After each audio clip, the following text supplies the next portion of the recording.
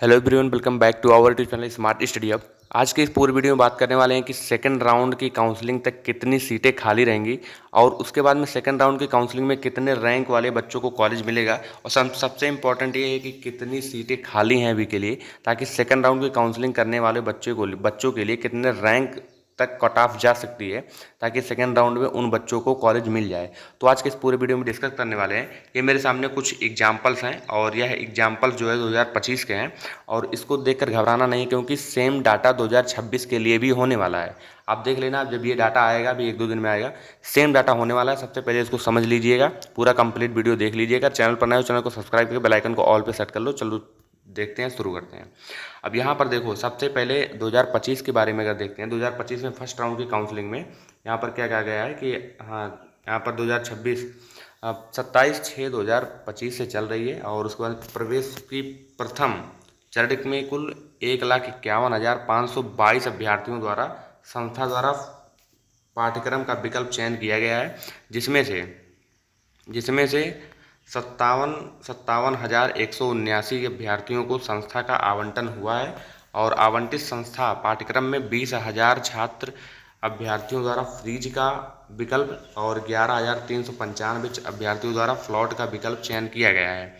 और इसके बाद में फ्रीज का विकल्प चयन कर संस्था पाठ्यक्रम आवंटन किए गए परीक्षार्थी अभिलेख सत्यापन यानी कि डीवी करवाने के लिए प्रदेश के स्थापित 151 सहायता केंद्र और में से किसी भी सहायता केंद्र पर उपस्थित होकर दिनांक 7/7/2025 तक इतना पूर्ण कराना सुनिश्चित करें। अब देखो, इसमें इम्पॉर्टेंट क्या है 2026 वाले बच्चों के लिए, कि एक बार आइडिया लगा लेंगे। यहाँ पर 1,51,000 बच्चे शामिल थे 2025 में, 1,51,000 बच्चे शामिल थे फर्स्ट राउंड काउंसलिंग में, जिसमें से 57,000 बच्चों को कॉलेज मिल गया था फर्स्ट राउंड में ही। देखो, यहाँ पर 57,000 रैंक तक के बच्चों को कॉलेज मिल गया था फर्स्ट राउंड में।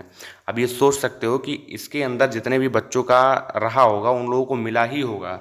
57,000 रैंक तक के बच्चों को फर्स्ट राउंड में कॉलेज मिला है और उसके बाद में को कॉलेज मिला था, जिसमें से 20,000 स्टूडेंट ऐसे थे जो फ्रीज कर लिए, यानी कि 20,000 स्टूडेंट को सेम कॉलेज ही पसंद आ गया और वो वही चूज कर लिए थे। अब 20,000 स्टूडेंट चूज कर लिए वही सेम और 11,395 स्टूडेंट ऐसे थे जो फ्लॉट का विकल्प चयन किए थे।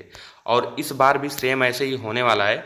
1.5 लाख के आसपास लोगों को मिलेगा, मतलब लोग पार्टिसिपेट करे होंगे और जिसमें से इसी तरीके से 50,000 60,000 के आसपास कॉलेज मिलेगा। उसमें से आधे से ज़्यादा बच्चे फ्रीज कर लेते हैं और आधे से कम ही बच्चे जो है फ्लॉट करते हैं। जैसे देखो, 20,000 फ्रीज किए थे और उसके बाद में 11,000 फ्लॉट किए थे। तो इसमें भी 20,000 के आसपास फ्रीज करेंगे और 11-12,000 के आसपास ही फ्लॉट करेंगे।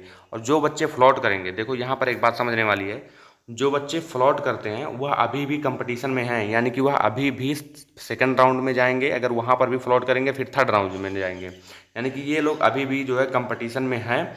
और ये लोग 20,000 जो है, ये इनकी संख्या कम हो गई। अब ये दोबारा से काउंसलिंग नहीं करवाएंगे, अब ये कंपटीशन बाहर हो गए। अब ये लोग जाएंगे डीवी वगैरह करवाएंगे, डीवी करवाएंगे, अपना फीस वगैरह जमा करेंगे, उनका एडमिशन प्रोसेस आगे का चलेगा। और इन लोगों को जो है, ये 11,000 वाले ये लोग आएंगे सेकंड राउंड में और सेकंड राउंड की काउंसलिंग में फिर से ये कंप्लीट करेंगे और इनको अच्छा कॉलेज मिलेगा तो पुराना सीट जो है किसी दूसरे बच्चे को मिल जाएगा। तो ये ऑटोमेटिक होता है, ये सीट वेस्ट नहीं जाएगी। तो ये हो गया।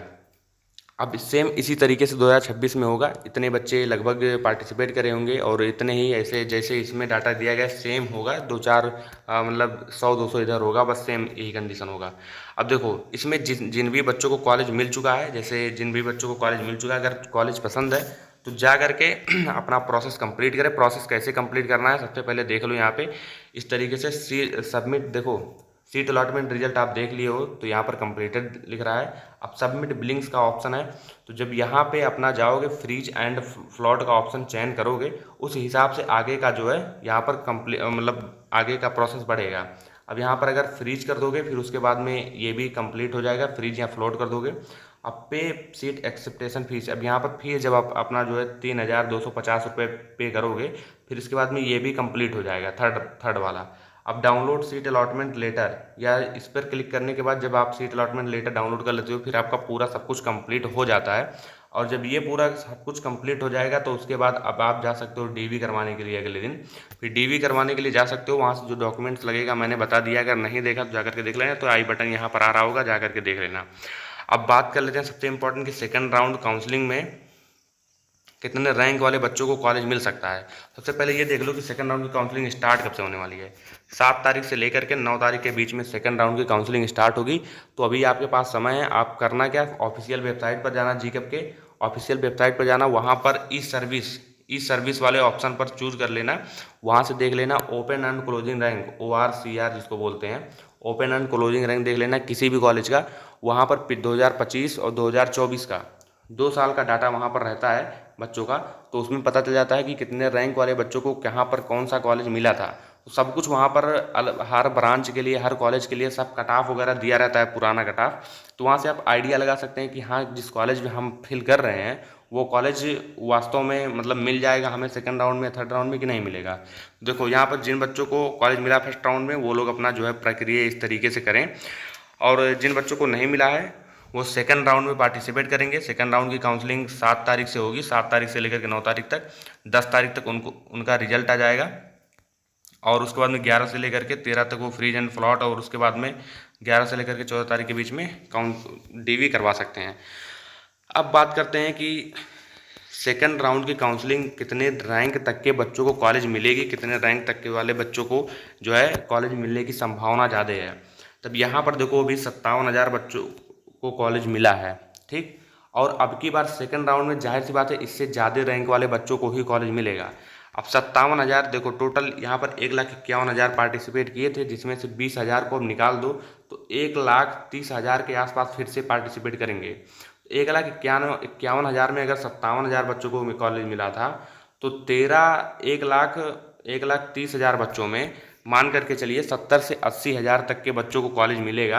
यानी कि 60 से लेकर के 70-80,000 तक के बच्चों को कॉलेज मिलेगा सेकंड राउंड में। अब ये देखो 60 से 80,000 बच्चों को कॉलेज मिलेगा। अब वो उस पर करता है कि वो जो है अपना फ्रीज करेंगे या फ्लॉट करेंगे। अभी के लिए मैं बता दूं कि आप लोग आपकी सीट कितनी खाली है। तो सीट देखो 35,000 के आसपास जो है गवर्नमेंट सीटें हैं, 35,000 के आसपास गवर्नमेंट सीटें हैं टोटल, जिसमें से 20,000 तो अगर मान करके चलो अगर ये लोग टोटल ही गवर्नमेंट होंगे तो 20,000 के आसपास अभी के लिए सीटें हो चुकी हैं फुल। अब ये जो कंपटीशन होने वाला है या सेम होने वाला है, अब 11,000 तो फ्लॉट कर दिए हैं, तो यह कंपटीशन होने वाला है बेसिकली कि मान करके चलो या हाँ 20,000 के आसपास और भी है, तो 20,000 सीट के आसपास अब फिर से कंपटीशन होने वाला है।